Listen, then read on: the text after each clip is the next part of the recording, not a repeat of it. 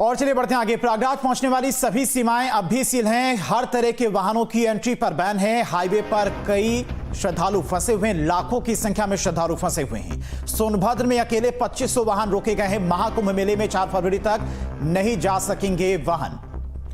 और चलिए इसी खबर पर तमाम और जानकारी के साथ में प्रयागराज से संवाददाता हमारे साथ जुड़ गए हैं अविनाश और सुशांत भी हमारे साथ जुड़े हुए वाराणसी से। सबसे पहले सुशांत, आपका रुख करेंगे। चूंकि प्रयागराज की सभी सीमाएं सील हैं, ऐसे में वाराणसी से भी बहुत सारी संख्या में श्रद्धालु प्रयागराज पहुंचने की कोशिश करें। वहां पर भी काफी ज्यादा भीड़ देखी गई थी, क्योंकि जो श्रद्धालु प्रयागराज पहुंच रहे थे, प्रयागराज पहुंचने के बाद काशी विश्वनाथ दर्शन करने के लिए भी पहुंच रहे थे, तो वहां पर भी पुलिस प्रशासन के लिए काफी ज्यादा चुनौतीपूर्ण हो गया था भीड़ को काबू में करना। अभी फिलहाल वहां पर क्या कुछ गाइडलाइन जारी की गई पुलिस प्रशासन की तरफ से, और जो श्रद्धालु प्रयागराज जाने की कोशिश करें, जो जा रही हैं, उनको लेकर क्या कुछ कदम उठाए जा रहे हैं?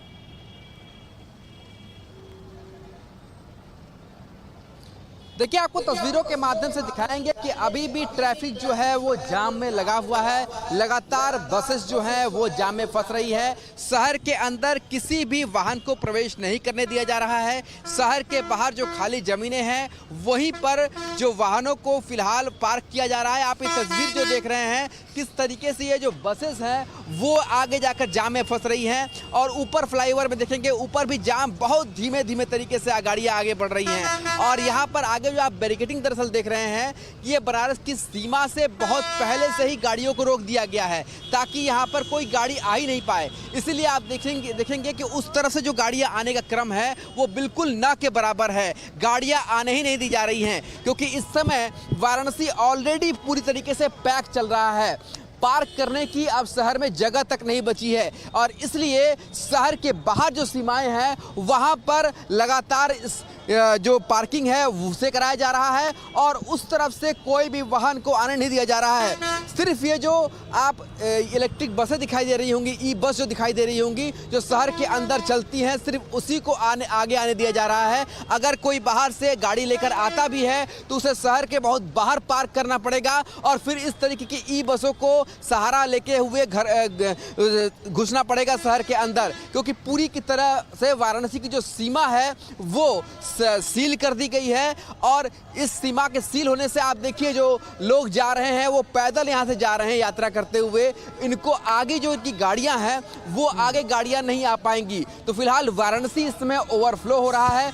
दूसरी तरफ आपको दिखाएंगे कि जो कुछ गाड़ियाँ यहाँ पर पहले से आ गई हैं, जो टेम्पो ट्रैवलर हैं या बाहर की कुछ गाड़ियां हैं, उसे शहर के बाहर इस तरीके से एक जगह पर खड़ा करा दिया गया है कि इससे आगे आप नहीं जा सकते, क्योंकि शहर को संभालना इस समय बड़ी जिम्मेदारी हो गई है। शहर में इतनी ज़्यादा भीड़ है कि अगर जो प्रयागराज की तरफ से गाड़ियां आ रही हैं वो अगर आना शुरू हो गई तो आने वाले समय में, यानी कुछ ही घंटों में, पूरी तरीके से शहर चलने लायक बचेगा नहीं। इसलिए शहर के बाहर पूरी तरीके से जो सीमा को है वो सील कर दिया गया है, और फिलहाल जो बाहरी वाहन है, बाहर से आने वाली गाड़ियां हैं, उन्हें बाहर ही रोक दिया गया है।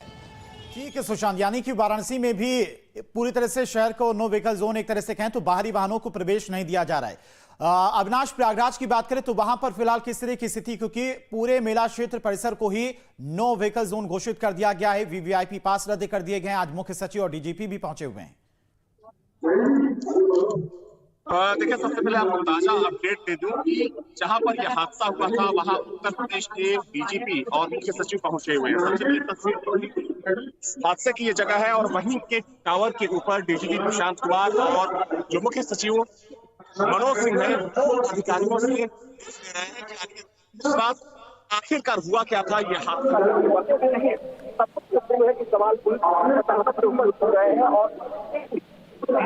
आना इसलिए अहम हो जाता है डीजीपी चाहेंगे सीधे मुख्यमंत्री को ये पूरी रिपोर्ट सौंपी जाएगी। हालांकि देखिए, ये जो पूरा एरिया है सीसीटीवी से कवर्ड है। भीड़ कैसे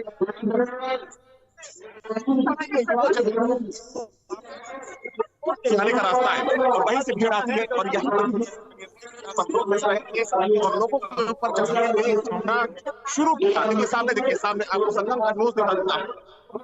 ये जो तस्वीर है, आप इस तस्वीर को देखकर समझ सकते हैं कि उस रात आखिरकार यहाँ पर क्या आपका होगा। आप देख सकते हैं कि जो श्रद्धालु हैं अभी भी यहाँ बैठे हुए हैं। अविनाश, आप लगातार हमारे साथ मिनट आएंगे आपके पास, तो लगातार देखिए किस तरह से निरीक्षण किया जा रहा है उस क्षेत्र का। डीजीपी और मुख्य सचिव उस जगह पर पहुंचे जहां पर भगदड़ मची थी, 30 लोगों की जान चली गई थी। सभी अधिकारियों के साथ में बातचीत करते नजर आ रही। एरिया का निरीक्षण करें कि किस तरह से यहां पर भीड़ इकट्ठा हो गई थी, किसकी लापरवाही थी और किन वजहों के कारण यहां पर हादसा हुआ, इसका निरीक्षण किया जा रहा है। दूसरी तरफ अगर बात करें, सुशांत भी हमारे साथ वाराणसी से जुड़े थे, वहां पर भी चूंकि बहुत ज्यादा भीड़ पहुंच रही शहर में, 10 लाख से ज्यादा श्रद्धालु पहुंच गए थे वाराणसी में काशी विश्वनाथ में दर्शन करने के लिए। अब हो ये रहा कि जो श्रद्धालु प्रयागराज पहुंच रहे हैं वो प्रयागराज में संगम में स्नान करने के बाद वाराणसी और अयोध्या भी पहुंच रहे हैं दर्शन करने के लिए। ऐसे में इन शहरों में भी काफी ज्यादा भीड़ इकट्ठा हो गई। सुशांत, फिलहाल वाराणसी की बात करें तो जो सख्त कदम उठाए गए पुलिस प्रशासन की तरफ से, उसके बाद शहर में फिलहाल व्यवस्थाएं किस तरह की चलती हुई दिखाई दे रही हैं?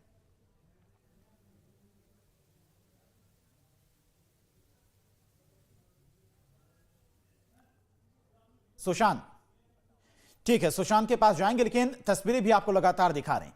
वाराणसी में भी काफी ज्यादा भीड़ इकट्ठा हो रही थी और उसी वजह से वाराणसी में भी सीमाएं सील कर दी गई, यानी कि जो वाहन बाहर से वाराणसी जाने की कोशिश करेंगे उन्हें बॉर्डर पर ही रोका जा रहा है। अविनाश भी हमारे साथ लगातार जुड़े हुए हैं। अविनाश, फिलहाल मौके पर क्या कुछ तस्वीरें हैं?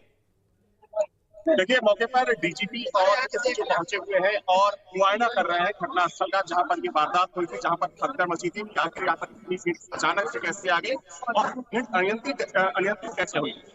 आपको एक बेहतर तस्वीर दिखा दें कि घटनास्थल पर जो टावर बना हुआ है, टावर के ऊपर ये सारे अधिकारी मौजूद हैं। यहाँ के महिला अधिकारी और डीआईजी यहाँ के, वो उन्हें ब्रीफ दे रहे हैं कि आखिर उस रात क्या हुआ और जब भगदड़ मची तो घायलों को किस तरीके से हॉस्पिटल पहुंचाया गया।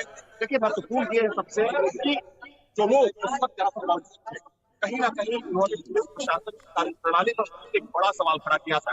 पुलिस पर तमाम सवाल खड़े हो रहे थे और जाहिर की बात है कि सरकार ने जिस न्यायिक आयोग का गठन किया है, वो न्यायिक आयोग जब इस पूरे मामले की जांच करेगा और जब पूरी रिपोर्ट सौंपी जाएगी सीएम ऑफिस में, तो निश्चित तौर पर कुछ ऐसे अधिकारी हैं जिन पर कार्रवाई बिल्कुल तय मानी जा रही है। लेकिन सबसे महत्वपूर्ण बात यह है कि जब ये पूरी वारदात हो गई, कल पूरे दिन हम लोगों ने आंकड़ा जानना चाहा कि आखिर कैजुअलिटी कितनी हुई है। पूरे दिन प्रशासन ने कुछ भी नहीं कहा। शाम में उसमें कहा गया कि 100 थे, लेकिन आप सोचिए कि प्रधानमंत्री के ट्वीट करने के बाद यहाँ के एक अधिकारी हैं, उन्होंने कहा कि कोई भगदड़ हुई ही नहीं। तो ये जो घोर लापरवाही हुई है पुलिस अधिकारियों की तरफ से, अब समझ ये नहीं आ रहा है कि पुलिस अधिकारियों के खिलाफ सरकार कार्रवाई क्यों नहीं कर रही है।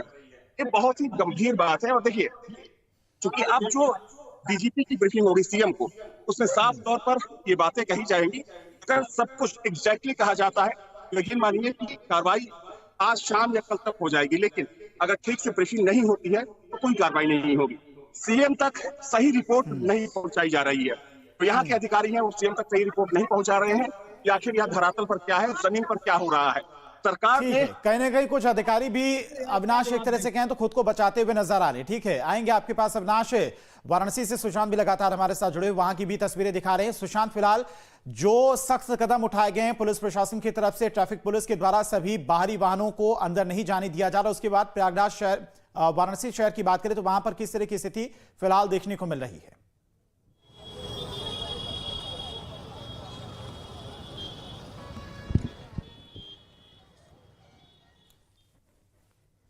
ठीक है, सुशांत के पास ले चलेंगे, आपको तस्वीरें दिखाएंगे वाराणसी की, वहां पर भी क्योंकि बहुत ज्यादा भीड़ इकट्ठा हो रही थी, इसीलिए प्रशासन की तरफ से यह कदम उठाया गया है। वाराणसी की सभी सीमाएं सील कर दी गई हैं। जो बाहरी वाहन हैं उन्हें अंदर जाने नहीं दिया जा रहा है। बाकी जो लोकल व्हीकल है, लोकल वाहन हैं, उन्हीं से लोग सफर कर रहे हैं शहर में, ताकि शहर में भीड़ इकट्ठा ना हो। क्योंकि बहुत ज्यादा भीड़ इकट्ठा हो गई थी, जिसके बाद प्रशासन के भी पसीने छूट गए थे, लोगों को संभालना मुश्किल हो रहा था। 10 लाख से ज्यादा लोग वाराणसी में पहुंच गए थे काशी विश्वनाथ के दर्शन करने के लिए, और उसी के चलते ये कदम उठाए गए हैं। प्रयागराज की बात करें तो प्रयागराज की भी सभी सीमाएं सील हैं। लाखों की संख्या में श्रद्धालु बॉर्डर पर ही फंसे हुए हैं। कई जगहों से यात्री पैदल ही अब प्रयागराज की तरफ जाने की कोशिश कर रहे हैं, क्योंकि कई घंटे बीत चुके हैं और लोग अपने वाहन में ही फंसे हुए हैं। कई किलोमीटर लंबा जाम लगा हुआ है। अकेले सोनभद्र में करीब 2500 वाहन फंसे हुए हैं, जिसमें लाखों की संख्या में श्रद्धालु प्रयागराज पहुंचना चाह रहे हैं, लेकिन घंटों घंटों फंसे होने के बावजूद भी जब जाम नहीं खुलता है तब कुछ यात्री पैदल ही प्रयागराज की तरफ निकल चुके हैं। और इसी के साथ रुकते हैं यहां पर एक बहुत छोटे से ब्रेक के लिए।